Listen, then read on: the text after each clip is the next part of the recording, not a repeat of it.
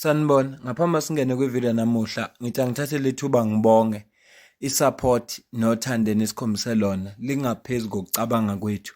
Siyacela niqhubeke nisisupport njalo ngokubuka amavideo ethu, ungakhohlwa ukucomment, ushare, ulike. Siyafisa ukuzwa umbono wakho. Sicela ke singene kwivideo namuhla. Uminister from iPresidency okukhumbuzo Chaveni umemezele namuhla emini ukuthi uDeputy Minister we-Trade Industry and Competition uzorishaflwa ulo Ramaphosa uyamkhipha esikhundleni sakhe. Lokho kokwenza ukuthi iDA ingasijabuleli ke leso sinqumo leso. Kokuzile ekuphawula ngalolu daba ureply le post yalomuntu obhala ukuthi STU la kuye ethi uminister awarded a multi-billion rand lottery license. Imedia ayikhava ukuthi ikhampani le awardwe leyo license leyo i-linked nefamily ka-Deputy President okuPaul Mashatile. Uthi ke ukokuzile true story ilento exactly yenzekile ngoba bayabona ukuthi bazoyi-expose lento. U-Andrew Whitfield bekabuza imibuzo le mayelana nale tender le ye-lottery. Kumavideo amabili ayidlule siyichazile udaba lokuthi uthenteka kanjani uDeputy President nalolu daba lelotho. Ngeke sabuyele emuva kodwa ngokusho kaGoguzile isizathu esenza ukuthi uPresident Ramaphosa amkhiphe lo Deputy Minister kuleya department ngoba ube nemibuzo mayelana naleli tender elitholwa abantu abalinked no Deputy President. So ilokho ke into engizwenza ngizocaphuna uBas John sizweni ukuthi uthini.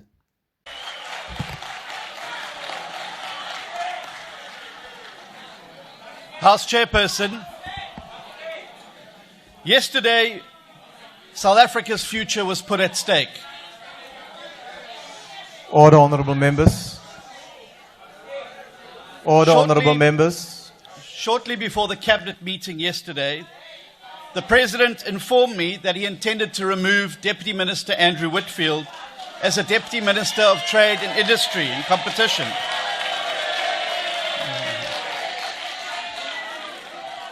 I requested 24 hours to speak to Whitfield and to inform my party. However, before I could do so, just 3 hours later, Whitfield received a letter informing him of his removal.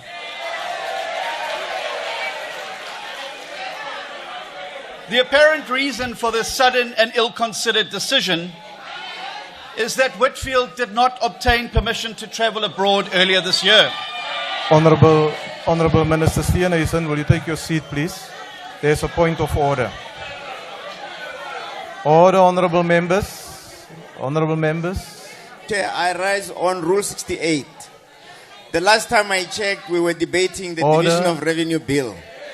The Speaker, with respect, is irrelevant to the topic of today. Thank you. Yes. Honourable Minister Steenhuisen, will you get back to the topic under discussion, please? House Chair, I'm setting out the reason why we will be voting, how we will be voting in the House today on this bill.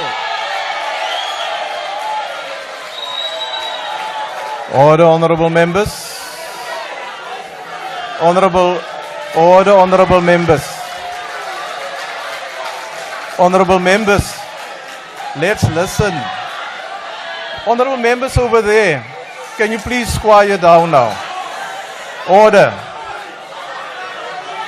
Honourable members, order. May I request the Chief Whip of the Economic Freedom Fighters just to ask the members to calm down. You don't even know the reason yet. So let's listen to the debate, honourable members.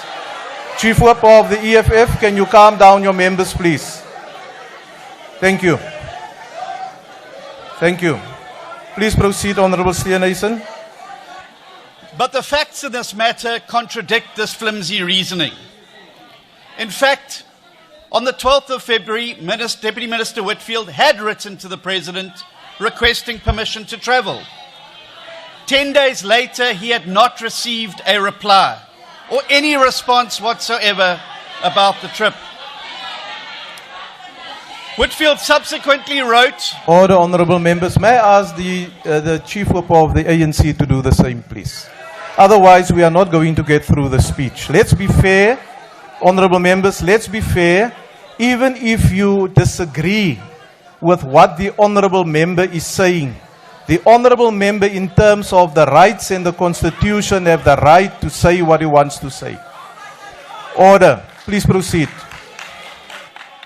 Whitfield subsequently wrote to the President to apologize if he had caused offense. Again, he received no response. Then yesterday, months after the incident, and without a further word on it, the President unilaterally removed a DA Deputy Minister without even giving his largest coalition partner an opportunity to discuss it with the member or his party. Order, honorable members. Now, according to the President's spokesperson, this move is not part of a broader reshuffle. And there can therefore be no other conclusion to be drawn that this is a calculated assault on the second largest party in the governing coalition.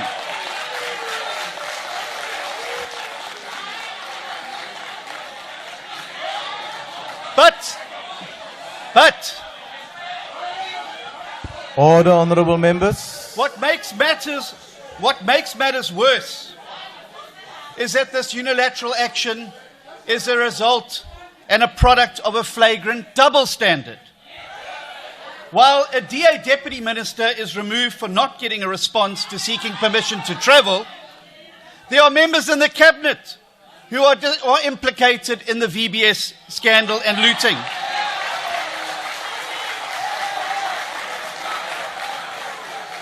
There are members in the Cabinet. Order, honorable members. Who, despite apparently misleading Parliament over an attempt to deploy corrupt cadres to CETA boards, remains in the Cabinet.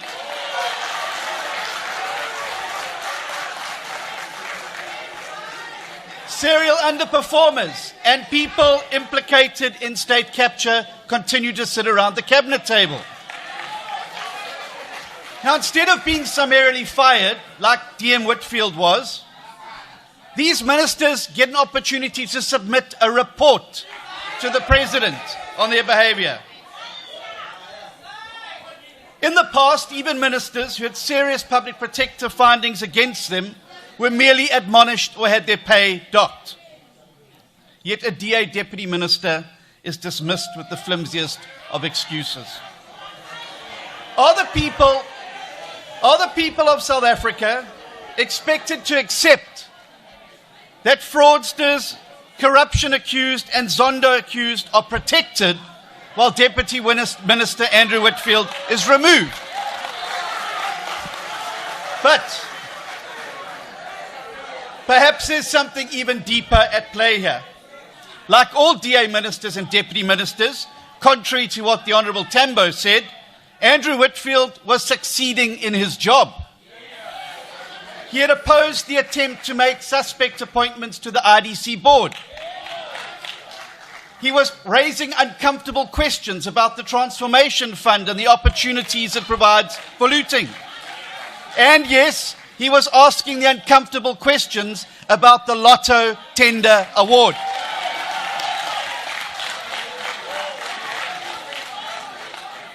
Now, given this flagrant double standard, one is left with no choice but to conclude that hard-working DA members of the executive are fired for fighting corruption, not for committing corruption.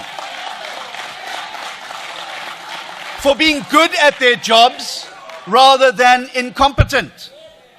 Now, if this situation is not corrected, it will go down as the greatest political mistake in modern South African history. And so,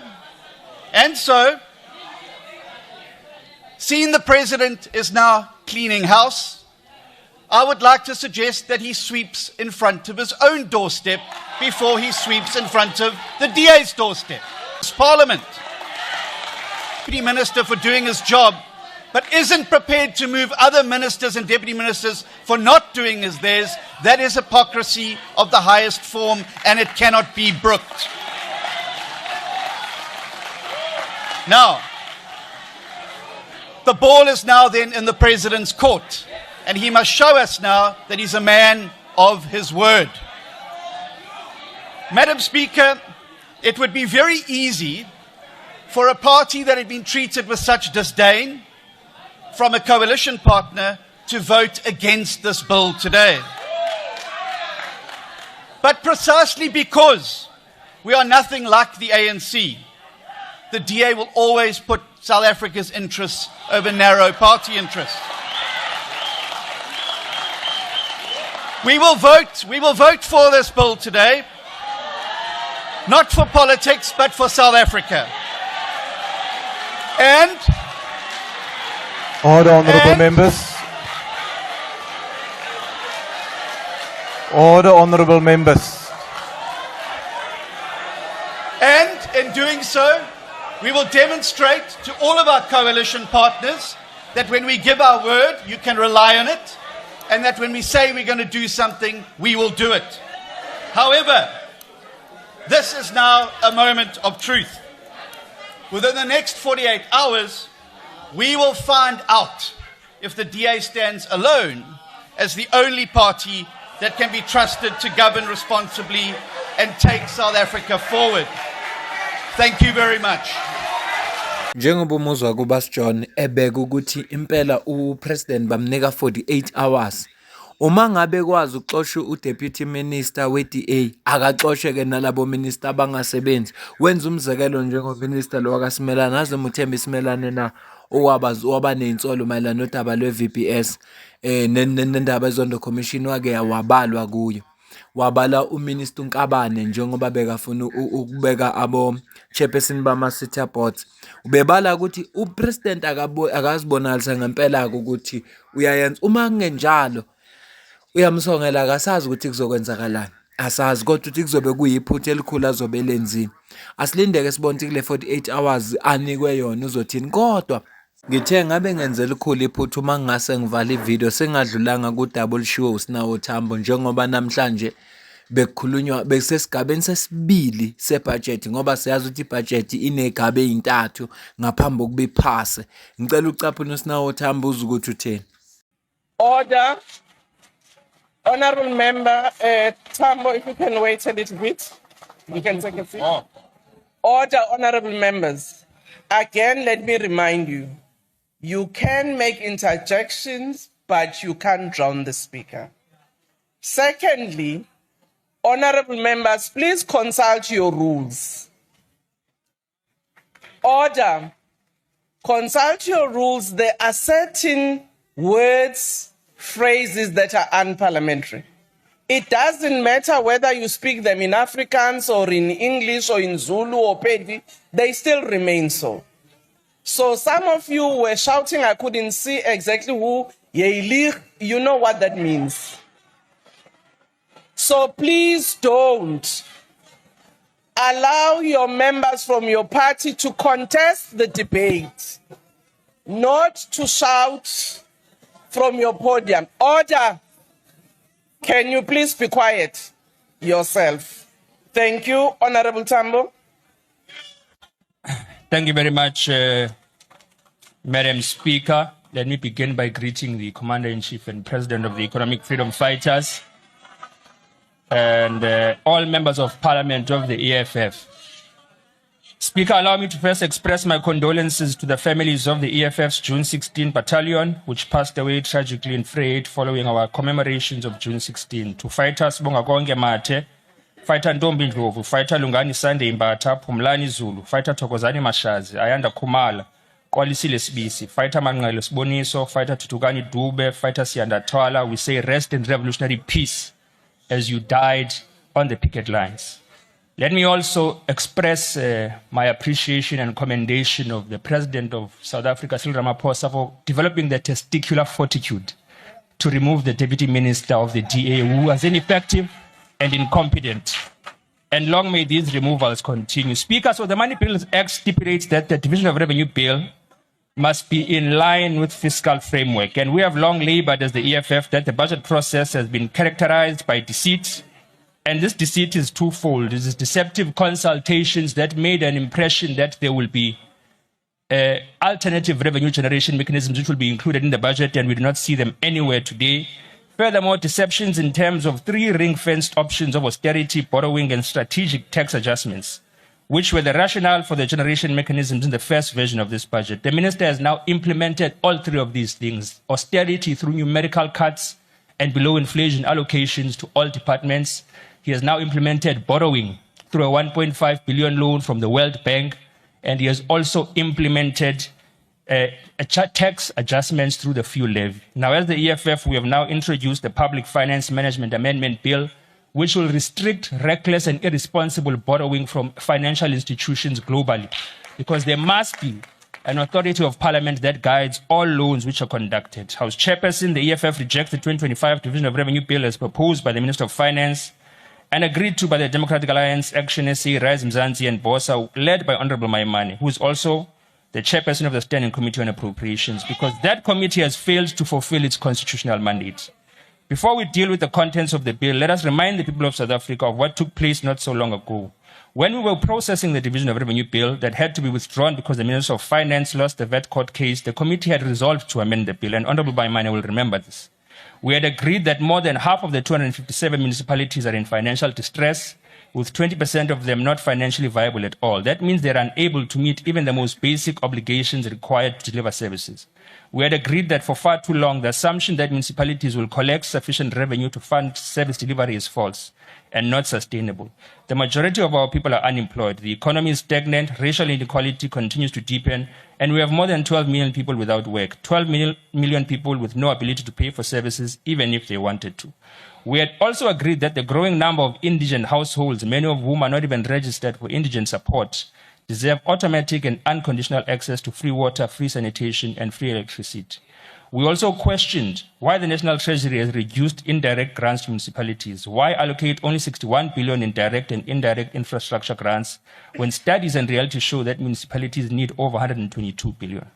More importantly, we had agreed that there is merit in the SALGA study, which demonstrates that the deliberate underfunded mandates across all categories of municipalities are reckless and irresponsible. We had a consensus, we had a plan, we even agreed on a way forward to amend the bill and increase allocations to municipalities that are collapsing in front of our eyes. As the EFF, we made written and oral submissions to the committee.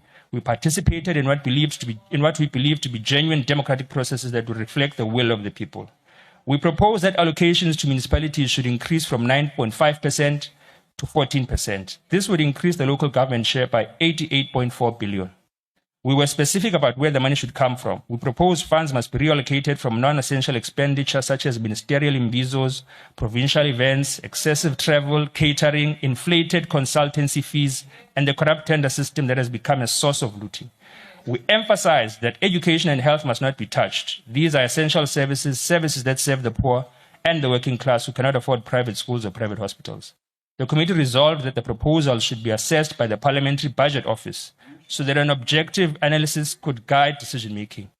Honorable Maimane, the chairperson of this committee, himself proposed that we consider SALGA's model of equitable share split. We welcomed this proposal. It was a moment of political maturity and collective commitment to finding common ground. We had an opportunity to make a difference, to amend the bill and give our people water, sanitation, roads, refuse collection, and dignity. We had an opportunity to end sewage leakages in Diepsloot, in Alexandra, in Nyanga, in Kayamnandi, where the Democratic Alliance governs, in Umlazi, in Tembisa, in Orange Farm, in Soweto. But all of that was ignored just because the so-called government of national unity had already agreed to maintain the status quo, even though it was not working. Parliament has thus been reduced to a rubber stamping exercise. We are now presented with a bill that offers no solution to the fundamental challenges of local government. It is a copy and paste of failures. The equitable share formula has remained rigid, outdated, and fails to respond to the current needs of our people. It continues to favor historically advantaged municipalities and ignores those deliberately underdeveloped by apartheid and neglected by democracy. There's no urgency in this bill, no emergency plan to intervene in dysfunctional municipalities, no special allocation for collapsing rural towns where raw sewage flows into rivers, where people walk for kilometers to collect water, from a borehole shared with livestock. There's no consideration of youth of this country, young people who could be employed through municipal programs. This bill is a betrayal of the working class, and we reject it as such. Thank you. Thank you. Honorable Patebe.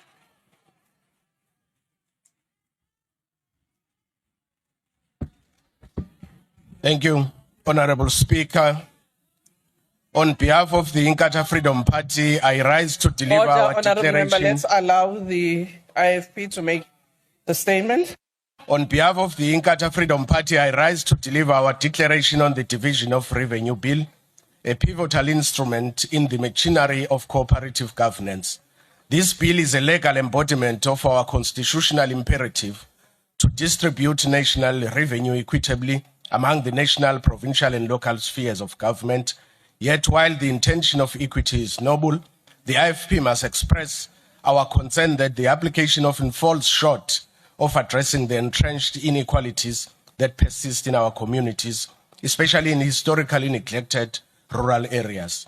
We note the allocation outlined in Schedule 1 through 3, which intend to deliver predictability, transparency, and financial autonomy across all spheres. However, we remain concerned that equitable does not always translate to just or transformative for the poorest of our citizens.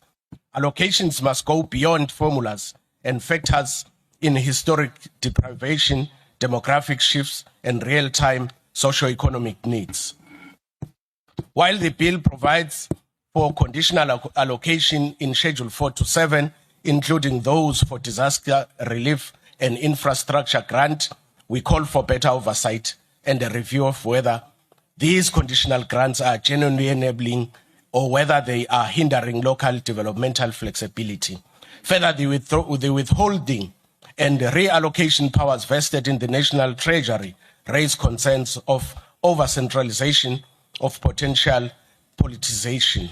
Fiscal discipline must not come at the cost of democratic decentralization or developmental mandates, especially where the failures are systemic and not due to negligence at the provincial or municipal level. Honorable Speaker, while we support the principle of fiscal responsibility and the objectives of transparency as outlined in Chapter 4 and 5 of the bill, we believe strong emphasis must be placed on building capacity within provinces and municipalities, particularly in KwaZulu-Natal and other rural provinces, to absorb, utilize, and account for funds. We call for the National Treasury to prioritize funding for infrastructure, planning units, and audit remediation in these areas. Moreover, we are concerned that the bill's approach to disaster relief, particularly in light of Schedule 7 allocations, is reactive rather than proactive. Our provinces have experienced the deadly consequences of climate disasters. The funding mechanisms must therefore be reviewed to allow for pre-disaster planning and community resilience building. In conclusion, while the IFP supports the procedural passage of this bill, we do so with reservations. We call for a more needs-based and developmental approach to the division of revenue, one that is informed not only by mathematical formulas, but by the lived realities of our people. We urge this House and all spheres of government to use this opportunity to close the gap between policy intent and practical implementation. Let us not allow the ideal of equity to be reduced to an exercise in spreadsheets. Let it become instead a true instrument of justice, development, and hope. The IFP accepts. I thank you. Thank you. Honorable Mackenzie.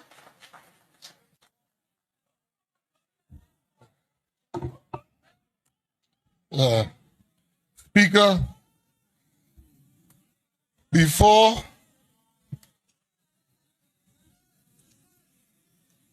Order, when honorable the member. honorable member of the Economic Freedom Fighters was standing here speaking about the June 16 battalion, there were people laughing. I don't like the EFF, but in death, we should have respect. We should respect people and not make fun when they speak about members that has passed on. Those are South Africans that has passed on, and we should show respect and we shouldn't laugh when somebody mentions the death of their members. Thank you, Honourable Member. You may proceed. The Order. Patriotic Alliance. Order, Honourable Member. I think the point that has been raised, indeed, though it may not have been a point of order, but it's important. I think when order, Honourable Member, we should accept. If we didn't hear them, it's okay. But I think the point made, it's important for all of us to recognize. Can we allow the Speaker then to continue with his intervention? Thank you, Speaker. Minister of Finance, the Patriotic Alliance, the fastest growing political party, judged by election results, support the division of revenue bill. We also want to congratulate you. You have been going through what we would say the most. You've been called names, you've been insulted, but you remain resolute to find a solution. You are one of the best finance ministers this country has produced. This bill, budgets has collapsed countries. They've collapsed different governments. But this budget, at the end of the day, we are here today and we are going to pass it. It shows that we are not a Mickey Mouse government. We are a government with a plan. That's why I would like to caution the previous speaker. There is no DA or PA or ANC minister in the GNU. There is cabinet ministers in the GNU.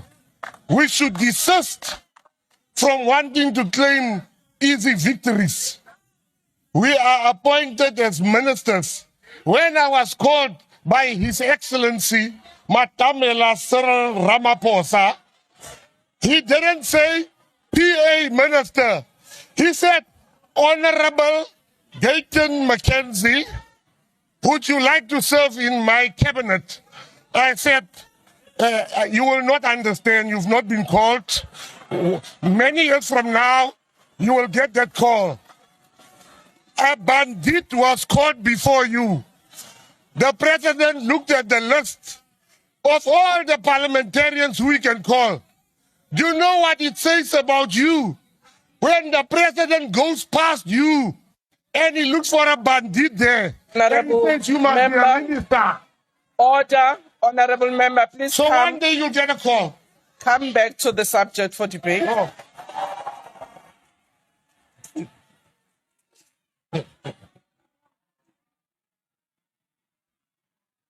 Minister, we support you. In conclusion, then, Speaker, talk to your people there.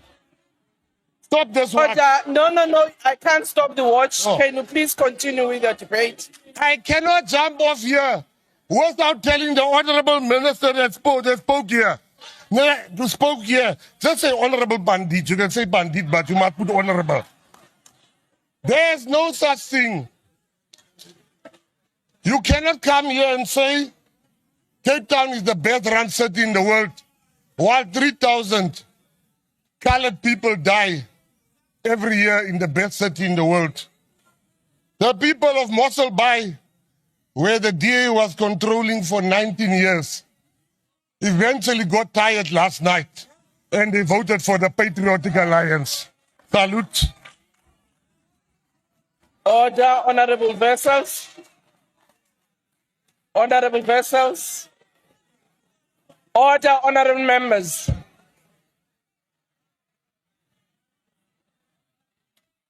The Honourable Speaker, when one talks... Order, Honourable Members, can we please... Order. Honourable Speaker, when we debate the division of revenue, it's obviously impossible not to talk and reflect on the state of municipalities in South Africa. And there it is Unfortunately so, but one cannot differ from the Honourable Tambo. He made the absolute correct analysis of what is going on. And that is that we don't have efficient and sufficient funding on local government level, but that there is a lot of unnecessary spend in the other spheres of government, and that there is a lot of money that can be saved and used to the benefit of the communities out there. But, Honourable Speaker, when one does go and look at the last financial year, you see that of the conditional grants that were transferred to municipalities, only 29% of those conditional grants were spent. More than 70% were transferred back, were unspent. So the solution, Honourable Tambo, is not more money, but is a complete overhaul of our local government system. The Honourable Wakelin must be reminded of the Afrikaans saying, "In 'n blinde wêreld is een oog koning." It's very easy to say that certain municipalities are performing better, but in reality, we must be honest that no municipality in South Africa is servicing all the members of the communities that they are supposed to service. We have a problem, and people out there are suffering. Be it a DA-run municipality, be it a coalition-run municipality, be it an ANC-run municipality, people are suffering. The members of our communities are not getting the basic needs addressed. The Constitution of South Africa in Section 153 says that a municipality should prioritize the basic needs of the community. Not only certain members of the community, but all the members of the community. We are not doing that. And the solution does not lie in appropriating more money to municipalities, because they don't spend it, or when they spend it, it's being stolen, eaten by fat cat contractors, eaten by entrepreneurs, and does not reach the communities out there. Die agbare Mohali moet baie versigtig wees. Die gesig van armoede ken nie kleur nie. Mense in Suid-Afrika ly, en ons moet ophou om te sê dat dit die verlede is of dat dit swart is, want dan gaan ons nooit die werklike oorsake aanspreek en die mense se lewens verbeter nie.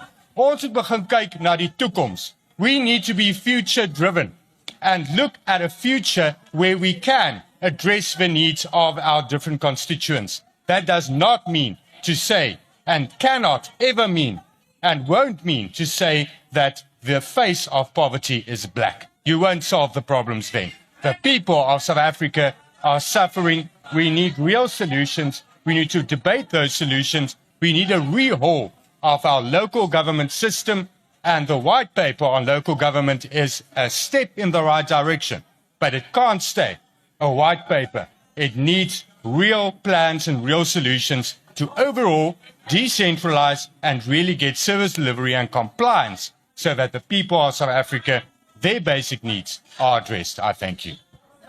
Thank you, Honourable Priestley.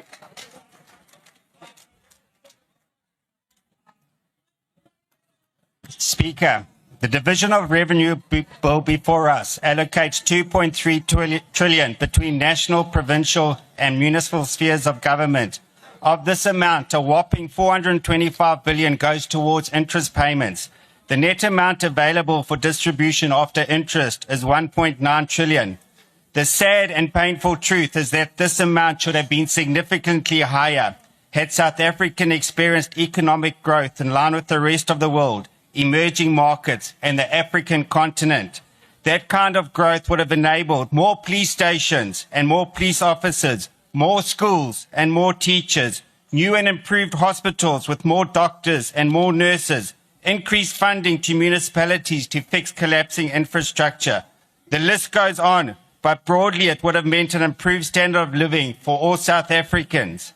However, failed economic policies has consistently stifled growth. These very same failed policies are now being perpetuated by the so-called government of national unity. As long as this continues, it is improbable that the amount available for distribution across the spheres of government will improve anytime soon. The definition of madness is doing the same thing over and over and over whilst expecting a different result. That best describes the economic policy trajectory under the GNU. Uninterrupted madness. South Africans deserve better.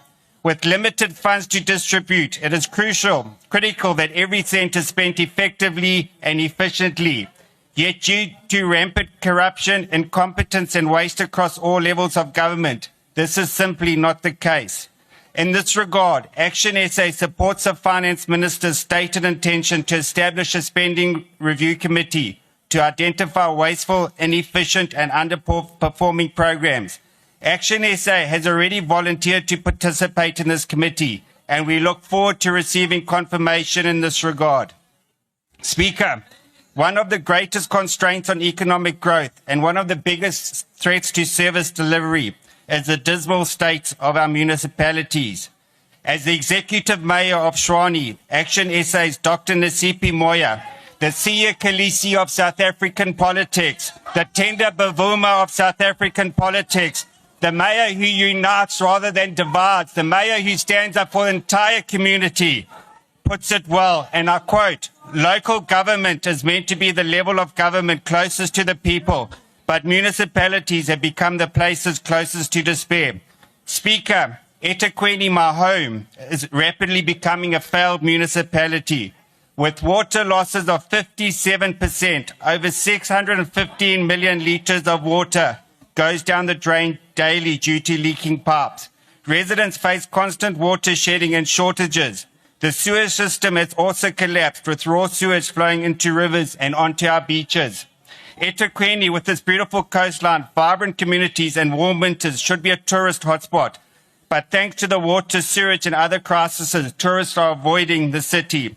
Action SA therefore calls on the National Treasury to hold municipalities to greater account for the funds they receive. It cannot be business as usual, because soon there may be no businesses left in some municipalities at all. They are indeed becoming a place of despair. Dr. Moya has shown what good leadership can achieve at the municipal level. We must now find another 256 Dr. Moyas to bring meaningful change to municipalities across South Africa. Speaker, in conclusion, Action SA supports the Division of Revenue Bill. It is imperative that the budget process is not delayed any further and funding flows to the different spheres of government. I thank you. Thank you, Honourable Member. The next speaker is the Honourable Swart. Order, Honourable Members.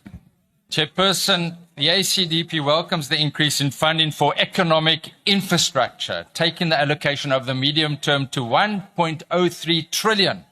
This will, we believe, stimulate economic growth and lead to increased revenue collection and jobs. Job creation is what we needed. Now, the additional funds over the medium term will also ensure frontline services, including what is estimated 800 doctors, 4,000 police officers, and additional nurses and teachers, and this is to be supported. Now, as we know, when one deals with the Division of Revenue Bill, National Treasury allocates almost half of the nationally raised revenues to 9 provinces and 257 municipalities. And we are in agreement with previous speakers, the Honourable Tambo and the voter Wessels, who agreed on the challenges at municipal level. And in this time of coalitions, one wonders whether that agreement was not going to lead to a coalition and whether it would be called the EFF Plus as a new party. But let's work together to find the solutions in our nation. Now, speaking about the Auditor General's report. Honourable Members. Speaking about the Auditor General's report, it's very clear that municipalities, and that is why in a light-hearted fashion I referred to those speakers that highlighted the challenges in these regards, and it is disgraceful that Johannesburg, a leading financial hub in Africa, is suffering from crumbling infrastructure, declining public trust, pothole-ridden roads, aging buildings, and crumbling public transportation systems. This shocking state of affairs is not only pertinent there, but elsewhere as well. And the AG has called for urgent interventions, yet her pleas have fallen on deaf ears. Little has changed, and local governments are in a dire state. This is perhaps, and lack of service delivery probably also explains why increasing number of households are not paying their bills. This has resulted in debts owed to municipalities rising to 416 billion rand. And so what is needed when local government elections is looming is a new type of political leadership. Those that understand stewardship of state resources and are servant leaders, not there to loot and steal. The ACDP, the African Christian Democratic Party, believes we need to apply the Jethro principle in electing councillors, those that are competent, able, God-fearing, and who hate dishonest gain. Exodus 18, verse 21. Just think how we could turn around our towns and cities with such councillors. These are the ACDP's candidates that we will present for the next elections. Despite our reservations and the concerns about local government, the ACDP will support this bill. I thank you. Thank you, Honourable Member. The next speaker is the Honourable Zibi.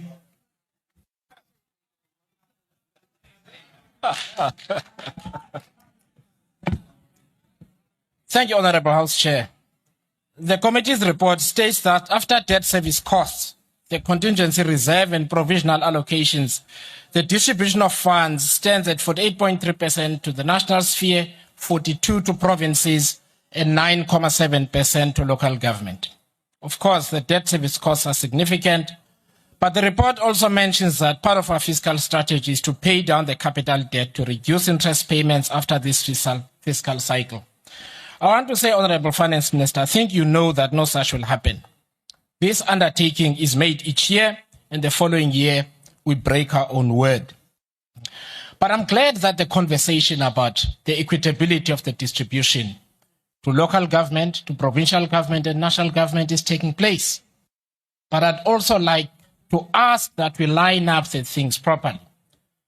Part of what the government, the treasury and other areas of government rely on for policy making is Statistics South Africa. It is chronically underfunded. We are going to get to a point where they have to thumbsuck to inform the work of this parliament and the work of government. So can we please do that?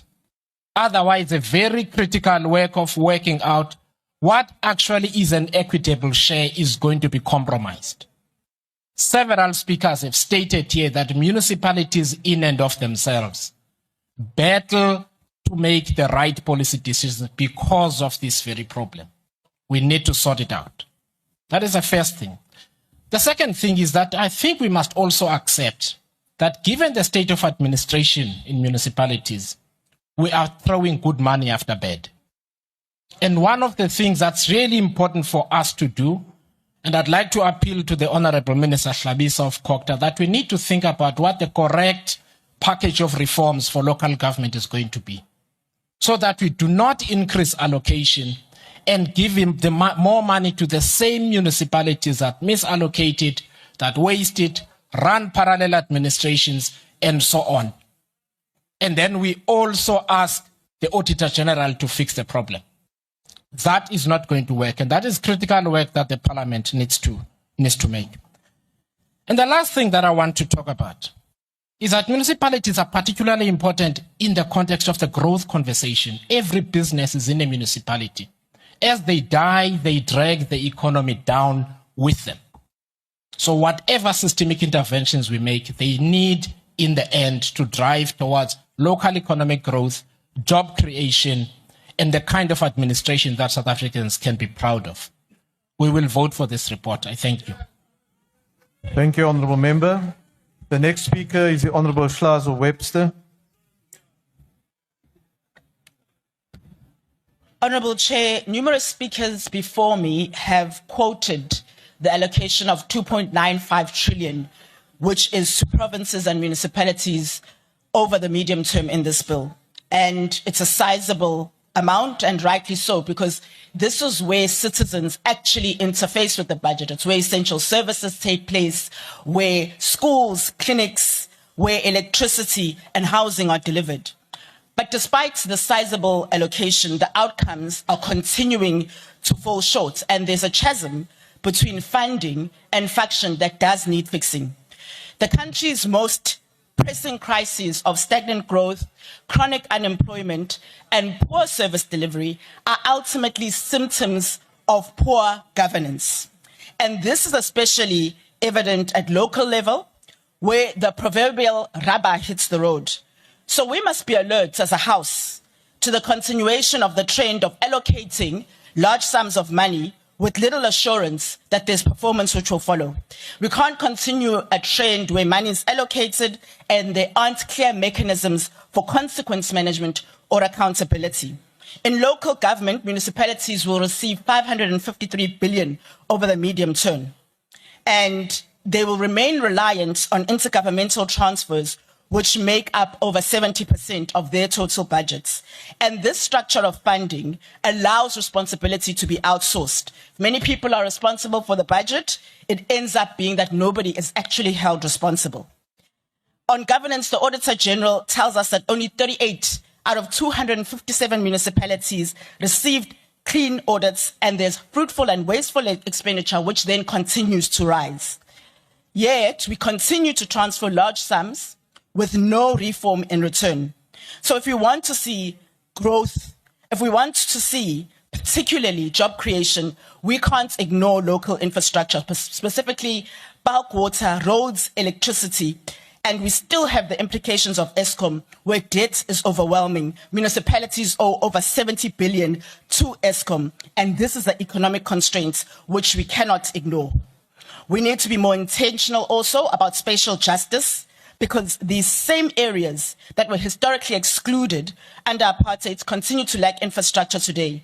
And so we don't have in this bill any targeted reforms to change those spatial patterns. And as Build One South Africa, we continue to call for SEZs to be seen and made in townships, strategic townships in this country. Lastly, as Parliament, we have to take our oversight role more seriously. We can't authorize allocations and walk away. And so we support this bill, Chair, but we do so calling for stronger conditions for performance and a clearer framework for oversight. We thank you. Thank you, Honourable Member. The next speaker is Honourable Zungula.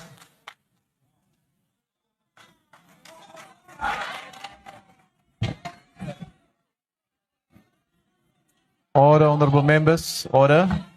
Thank you, Chair. The division of revenue must fundamentally respond to the challenges facing the country. Taxes should be transformative and redistributive. Doctors are leaving the country. The remaining doctors are overworked, and sometimes they need to complete triple shifts as the hospitals are understaffed. In some hospitals and clinics, there's shortages of doctors, nurses, and medical equipment. Children are dying of fake foods that are sold in some establishments, and the environmental health practitioners that are trained to prevent such are sitting at home. Communities are overwhelmed by criminals, and yet community policing forums are neglected and SAPS is understaffed. These are the pressing issues that need to be addressed, and the division of revenue must put the people first. Money must be made available to hire more doctors, environmental health practitioners, police reservists, and fund community policing forums. Given the ongoing widespread problem of companies not complying with labor laws, as we saw with the George building collapse, increased allocations to employment and labor for the sourcing of inspectors is critical. SARS turning a blind eye on the taxation in both the formal and the informal sector that is drained by remittances to China, Pakistan, and Bangladesh and other countries is a major cause of concern. We can't turn a blind eye on the fact that people come from other countries, use the infrastructure and services paid for by poor South African taxpayers. They make billions in South Africa but pay no taxes. Instead, they remit billions to their home countries. SARS must be allocated more funding to decisively curb illicit financial flows that are over 100 billion per annum. This would increase the revenue of the state by targeting the multinationals that are illicitly draining the economy. The division of revenue must prioritize human development outcomes, not just tick fiscal boxes. Provinces like the Eastern Cape, Limpopo remain incapacitated despite large populations and high poverty levels. While local government receives a significant allocation, too many municipalities remain dysfunctional and riddled with corruption. The money allocated to municipalities must not be a reward for dysfunction. Lastly, the municipal infrastructure grant and equitable share transfers must be linked to compliance, functionality and performance, not for the benefit of the politically connected few, because most municipalities are known that there's certain people or a certain group of people who are committing corruption and riddling those institutions. We do not support this bill. Thank you. Hayi bengithi ngikulethele yona le division of revenue bill uzwe bekukhulunywa neParliament. Isigaba sesibili lesi noma ke kukhona izinto azibalile uSinawo Thamba njengoba ngishilo wathi mawukhumbula kahle uminister wathi bahlehlisa indaba ye-VAT ebalekela ukuthi engafuni kuthiwa ihlehliswe inkantolo. Bayihlehlisa ngoba kunama proposal alethwa ama political parties anjengo Al-Jamai, PA, Action SA. Uthi kodwa aphi manje? Aphi? Asibambe ke video ngizwe ukuthi wena kuthini uphala kwakho. Mina nawe sidibana ivideo elandelayo ngiyabonga.